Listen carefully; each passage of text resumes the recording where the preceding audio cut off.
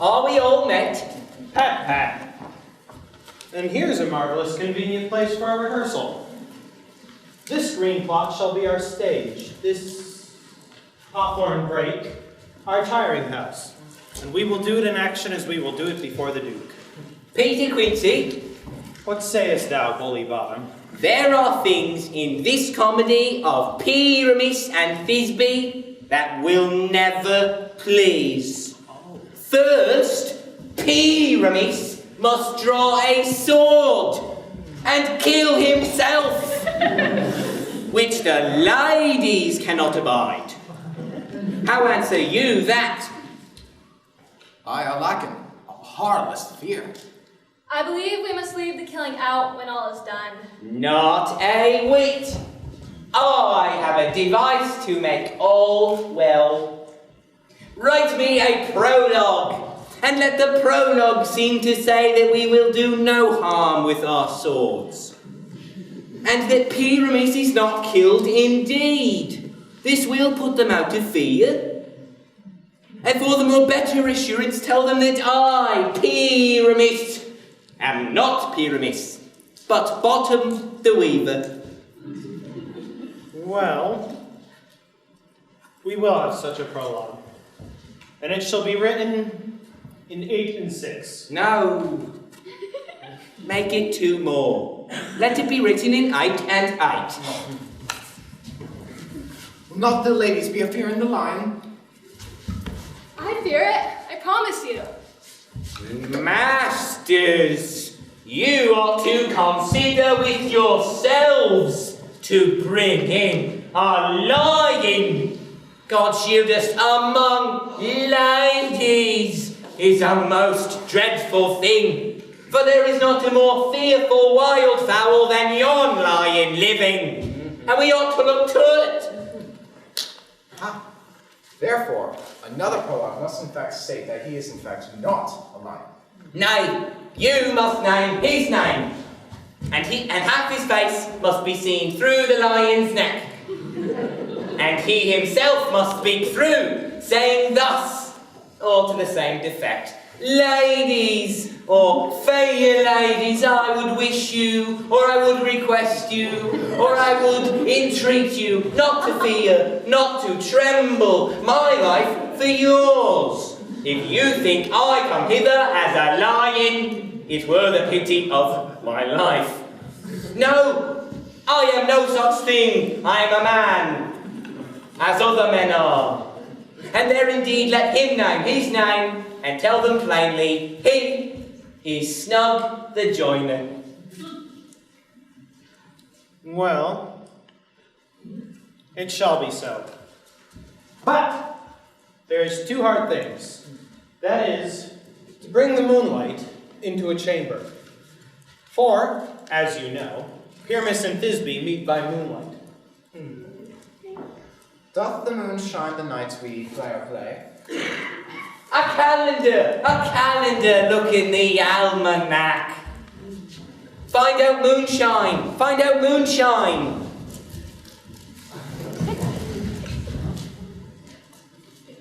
Yes, it doth shine that night.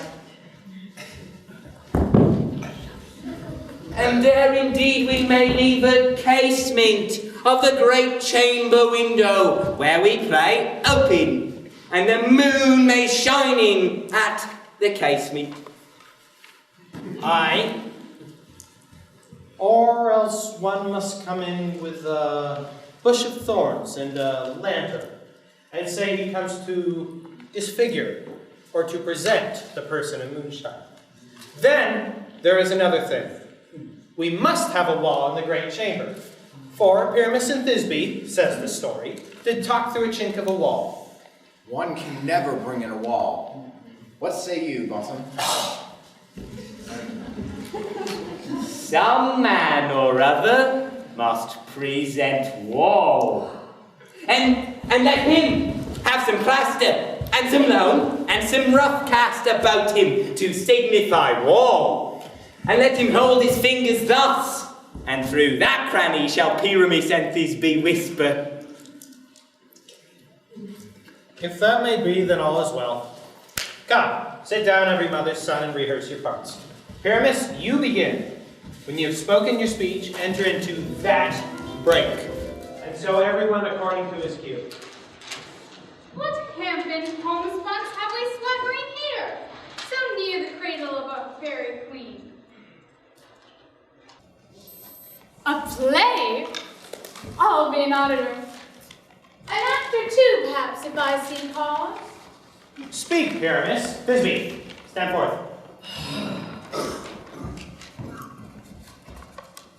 Thisbe, the flowers of odious savour sweet. Odors! Odorous! Odors savour sweet. So hath thy breath, my dearest Thisbe dear, and by I will to thee appear. But hark, a voice! Stay thou but here a while, and by I will to thee appear. A stranger Pyramus that ever played here. Must I speak now? Aye, Mary, must you. For you must understand, he goes but to see a noise that he heard and is to come again. Most radiant Pyramus.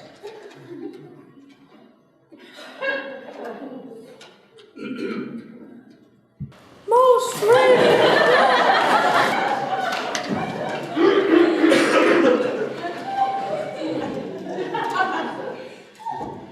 Most radiant Pyramus. Most lily white of hue, of color like the red rose on a triumphant briar. As true as horse, that yet would never tire. I'll meet thee, Pyramus, at Ninny's tomb. Ninus tomb, man. Why, you must not speak that yet. That you answer to Pyramus. You speak all your part at once, cues and all.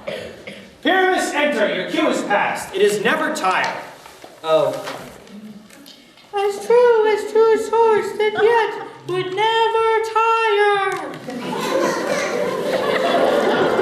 If I were fair Thisbe, I were only thine. Oh, monstrous, so strange, we are haunted. Crymasters, flymasters, help! I'll follow you. I'll lead you about around to both the bush to break the briar. Why do they run away? This is a knavery of them to make me afeard. Ah! Oh, Bonson, thou art changed. What do I see on thee? What do you see? You see an ass head of your own, do you?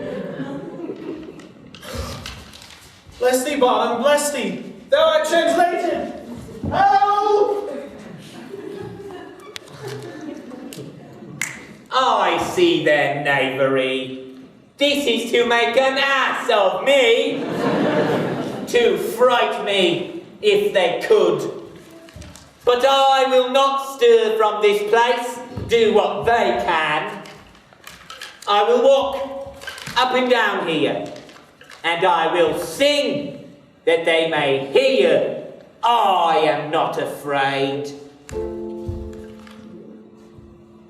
The ouzel cock so black of hue, with orange tawny bill, the throstle with his note so true, the wren with his little quill. What angel wakes me from my flowery bed?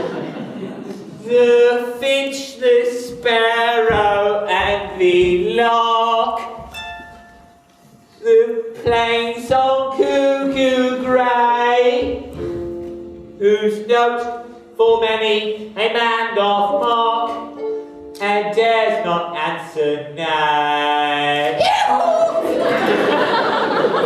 I pray thee, gentle mortal, sing again. My ear is much enamored of thy note, as is mine eye enthralled to thy shape, and thy fair virtue's force doth move me on the first view to say, I swear I love thee. Methinks you should have but little reason for that.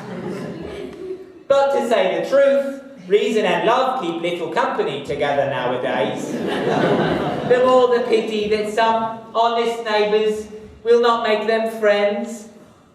Thou art as wise as thou art beautiful. Not so, neither. But if I had wit enough to get me out of this wood, I have enough to serve mine own turn. Out of this wood do not desire to go. Thou shalt remain here with me, whether thou wilt or no. I'm a spirit of no common rate, and I do love thee. Therefore go with me. I'll give thee fairies to attend on thee. Rosebud, peas blossom, cobweb, moth, and mustard seed. Ready? And I. And I. And I. And I. And I. Where shall we go? Be kind and courteous to this gentleman. Hop in his walks and gamble in his eyes. Feed him with apricots and dewberries, with purple grapes, green figs, and mulberries. Nod to him, elves, and do him courtesies. Hail, mortal. Hail. Hail. Hail. Hail. Hail. I cry your worship's mercy heartily. I beseech your worship's name. Cobweb. I shall desire you of more acquaintance, good Master Cobweb. If I cut my finger, I shall make bold with you. Your name, honest, gentle fairy? Peas blossom. I pay you commend me to Mistress Squash, your mother, and Master Peascod, your father. I shall desire you of more acquaintance too. Your name, I beseech you? Mustard seed. Good Master Mustard Seed, I know your patience well. I promise you, your kindred hath made my eyes water, day and now. I shall desire you of more acquaintance, good Master Mustard Seed. Come, lead him to my bower. The moon methinks looks with a watery eye, and when she weeps every little flower. Tie up my love's tongue, bring him silently.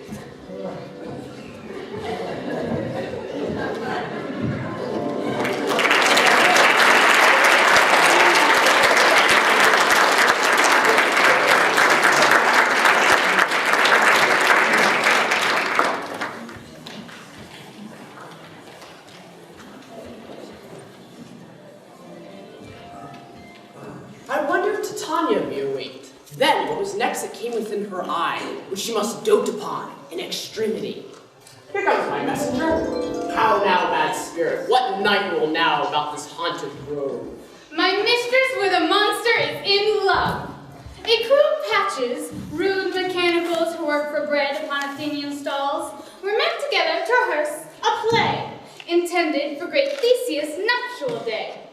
The shallowest of that barren sort whom Pyramus presented in his sport forsook a scene and entered into a break, when I did him a disadvantage take. An ass's note I fixed on his head. Anon his Thisbe must be answered, and forth my mimic comes, that when they spy him as wild geese that the creeping fowler eye, so at his sight away his fellows did fly. Their senses thus weak, lost with their fears thus strong, made senseless things begin to do them wrong. For briars and thorns of their apparel did snatch, some hats, some sleeves, a yielder's all things catch. I led them in this distracted way, and left sweet Pyramus translated there. So, in that moment it came to pass, Titania waked, and straightway laughed, and asked. This falls out even better than I could devise.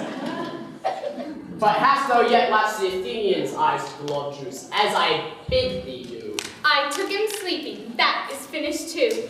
And the Athenian woman by his side that when he waked, by force she must be out.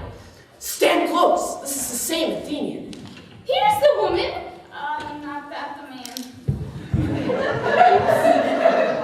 Why rebuke you him that loves you so? Lay threat so bitter on your bitter foe. Now I but chide, but I should use thee worse. For thou, I fear, hast given me case to curse. If thou hast killed Lysander in his sleep, kill me too. The sun was not so true unto the day as he to me. Would he have stolen away from sleeping Hermia? It cannot be, but thou hast murdered him. So should a murderer look, so dead, so grim. Where is he? Ah, good Demetrius, wilt thou give him me? I'd rather give his carcass to my hounds. Out, dog! Out, cur! Thou drivest me past the bounds of maiden's patience! Hast thou slain him then? Oh, once tell true even for my sake. Hast thou killed him sleeping? Oh, brave touch. Could not a worm, an adder do so much? You spend your passion on misprized mood. I'm not guilty of Lysander's blood, nor is he dead, for all that I can tell. And pray thee tell me then that he is well. And if I could, what should I get there for? A privilege never to see me more. And from your hated presence part I so.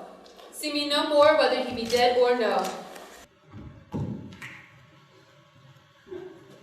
There is no falling her in this fierce vein. Here, therefore, for a while will I remain.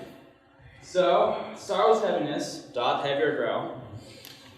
For bankrupt sleep, that doth sorrow. Which in some slight measure I will pay, if for this tender here I make some stay.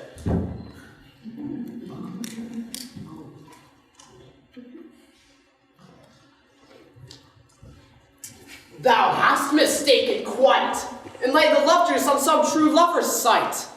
Oh, true turn false, not a false turn true. Of thy misprison most force ensue. About this wood go swifter than the wind, and Helena of Athens wilt thou find. All fancy sick is she, pale of cheer, with sighs of love that cost the fresh blood dear. By some illusion bring her here, and I'll anoint his eyes, again she do appear. I go, look how I go, swifter than the arrow from the Tartar's bow.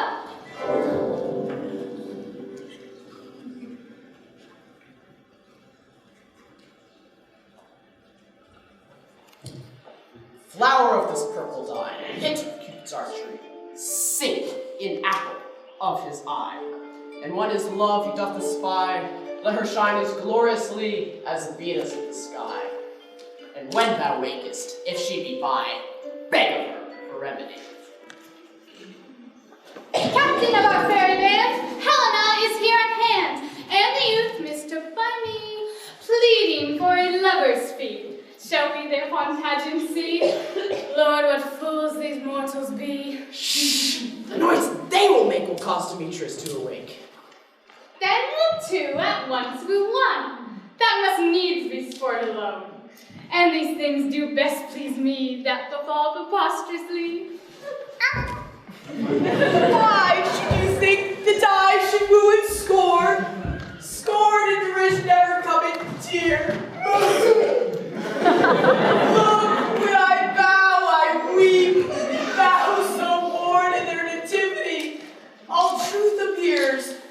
How can these things in me seem scorn to you? Bearing the badge of faith to prove them true. You do advance your cunning more and more. When truth kills truth, oh devilish holy fray, these vows are Hermia's. Will you give her or? Weigh oath with oath, and you will nothing weigh. Your vows, heard me, put in two scales would even weigh, and both as light as tails. I had no judgment, but to her I swore. Nor none in my mind, now you give her o'er. Demetrius loves her, and he loves not you. Helen! Goddess! Nymph! Perfect! Divine!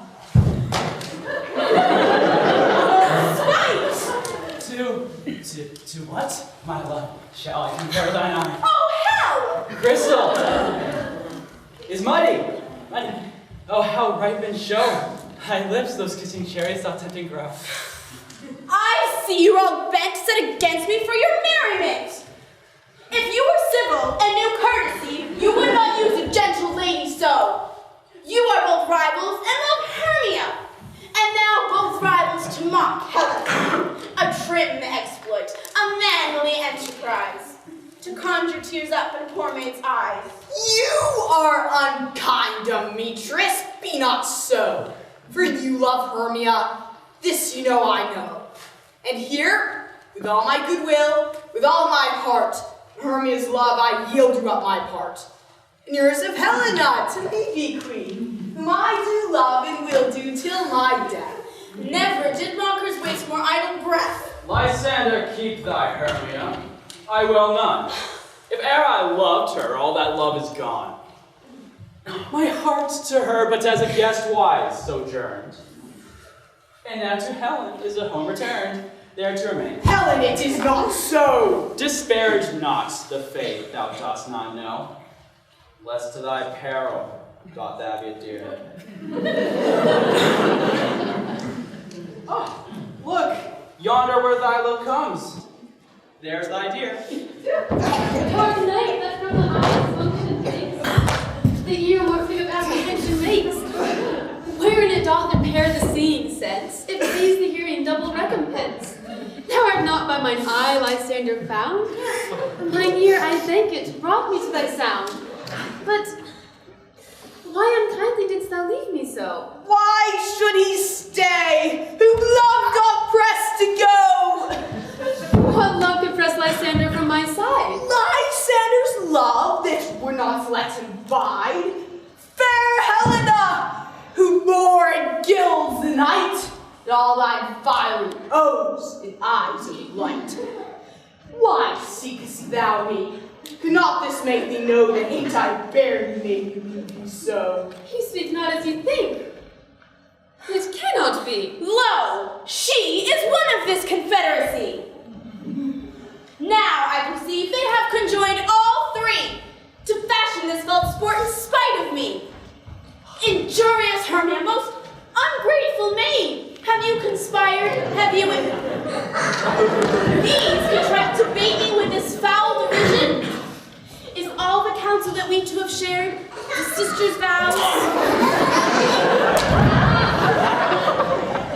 the hours spent all school days friendship, childhood innocence,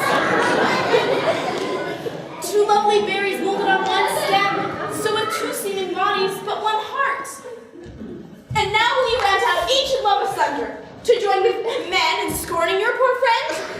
'Tis not friendly, 'tis not maidenly, our sex as well as I may chide you for it, though I alone do feel the injury. I am amazed at your passionate words. I scorn you not. It seems that you scorn me. Have you not sent Lysander, as in scorn, to follow me and praise my eyes and face, and made your other love, Demetrius, who even but now did spurn me with his foot, to call me goddess, nymph, divine, and rare, precious, celestial? Wherefore speaks he this to her he hates? And wherefore doth Lysander deny your love, so rich within his soul, and tender me forsooth affection, but by your sitting on, by your consent? I understand not what you mean by this. I do. Persevere, counterfeit sad looks, make mouths upon me when I turn my back, wink at each other, hold the sweet jest up. But fare ye well, 'tis partly my own fault, which death or absence soon shall remedy. Stay, gentle Helena, hear my excuse. My love, my life, my soul, fair Helena. Sweet! Do not scorn her so. If she cannot entreat, I can compel. Thou canst compel, no more than she entreat. Thy threats have no more strength than her weak prayers. Helen, I love thee. By my life I do. I swear by that which I will lose for thee, to prevent faults that says I love thee not. I swear I love thee more than he can do. If thou say so, draw, prove it too. Quick, come. Lysander, where tends all this? Away, you baggage!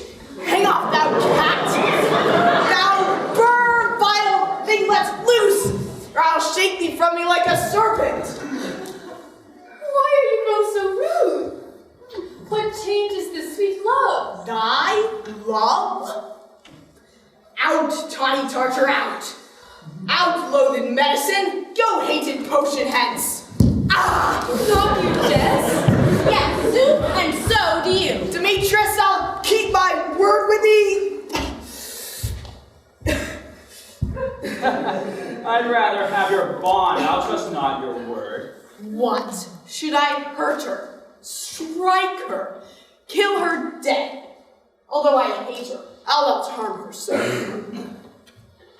What? Can you do me greater harm than hate?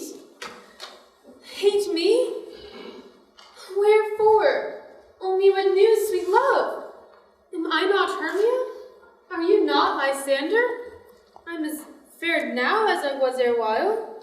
I, by my life, never did desire to see thee more. 'Tis no jest that I do hate thee and love Helena! Oh me. You juggler. You canker gossip. You thief, hello! What? Have you come by night and stolen my love's heart from him? Have you no modesty? No maiden shame, no touch of bashfulness? What? Will you tear impatient answers from my gentle tongue? Fie, you cunt, you puppet, you! Puppet! Why so? Aye, that way goes the game. Now I perceive she hath made compare between our statures. She hath urged her height, and with her tall personage she has prevailed on him. And are you grown so high in his esteem because I am so dwarfish and so low? How low am I? I am not yet so low but that my nails can reach into thine eyes! I pray you, though you mock me, gentlemen, let her not hurt me. I was never cursed, I have no gift or unshrewishness. Let her not strike me! You may perhaps think that because she sees something lower than myself that I can match her. Lower! Hark again! Good Hermia, do not be so bitter with me. I evermore did love you, Hermia. Did ever keep your counsels, never wronged you. Save that.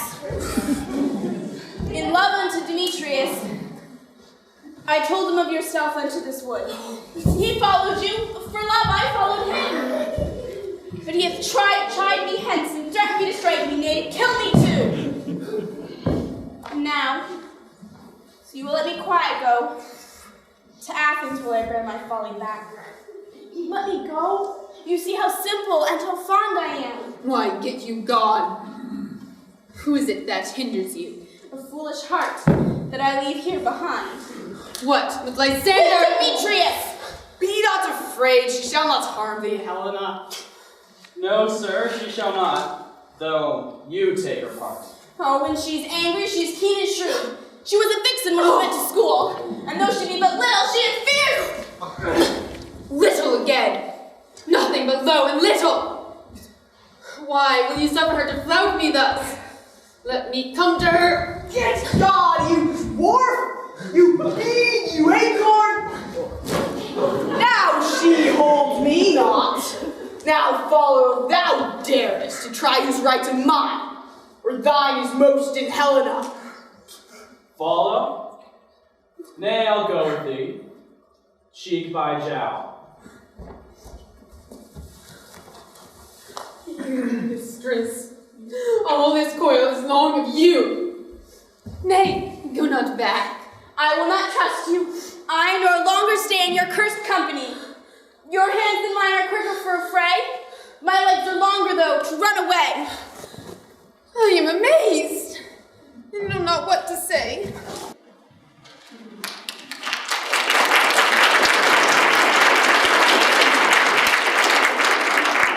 This is thy negligence. Still thou mistakest, or at thy committest thy neighbor's bubbling. Believe me, King of Shadows, I mistook. Did not you tell me I should anoint the eyes of an Athenian? And so far, blameless proves my enterprise. Have I not anointed an Athenian's eyes? And so far, I am glad it all did so. As this their jangling I esteem the sport. Thou seest these lovers seek a place to fight. Hide out a robin, cast over the night, and lead these testy rivals stroll astray, as one come not within another's way. Like Lysander, sometimes frame thy tongue, and sometimes roll like Demetrius, until over their brow, death counterfeiting sleep, with leaden legs and batty wings doth creep. Then crush this herb into Lysander's eye, whose liquor hath this virtuous property, to take from thence all error with his might, and make his eyeballs roll with wonted sight. And when they wake us, all his vision shall seem but a dream, and fruitless vision. And then we'll to Athens and lovers wend, with thee whose date till death shall never end. And while I am fair, do thee employ, I'll to my queen, and beg her Indian boy. And then I will her charmed sight from monsters you release, in all things shall be peace. My fairy lord, this must be done with haste, for yonder's dragons cut the clouds full fast, and yonder shines Aurora's harbinger. Haste, make no delay, may effect this business yet your day. Up and down, I will lead them up and down. I am feared in field and town. Goblin, lead them up and down. Here comes one. Where art thou, proud Demetrius? Speak thou now. Here, villain, drawn and ready. Where art thou? I will give thee straight. Follow me then to plainer ground.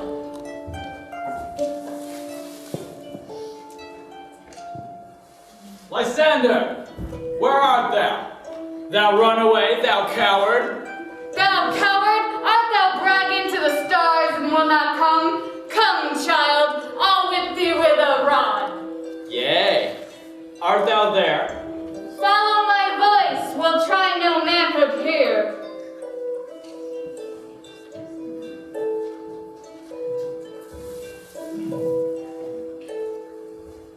He goes before me and still dares me on. When I come where he calls, then he is gone. The villain is much lighter heeled than I followed fast, but faster he did fly. That fall am I in dark, uneven way, and here will rest me.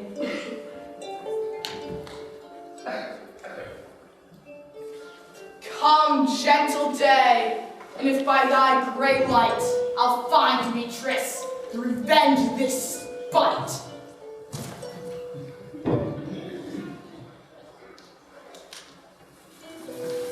Ho, ho, ho, coward, why comest thou not? Abide me, if thou darest. For what thou runst to and from every place, and darest not to stand or look me in the face. Where art thou now? Come hither, I am here. Nay, thou mockest me. Faintness doth constraineth me to lay my head on this cold bed. On day's approach, look to be visited.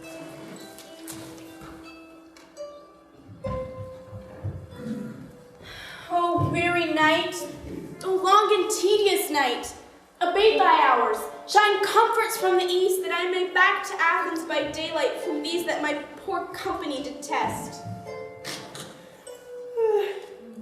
And sleep, that sometimes shuts up sorrow's eye.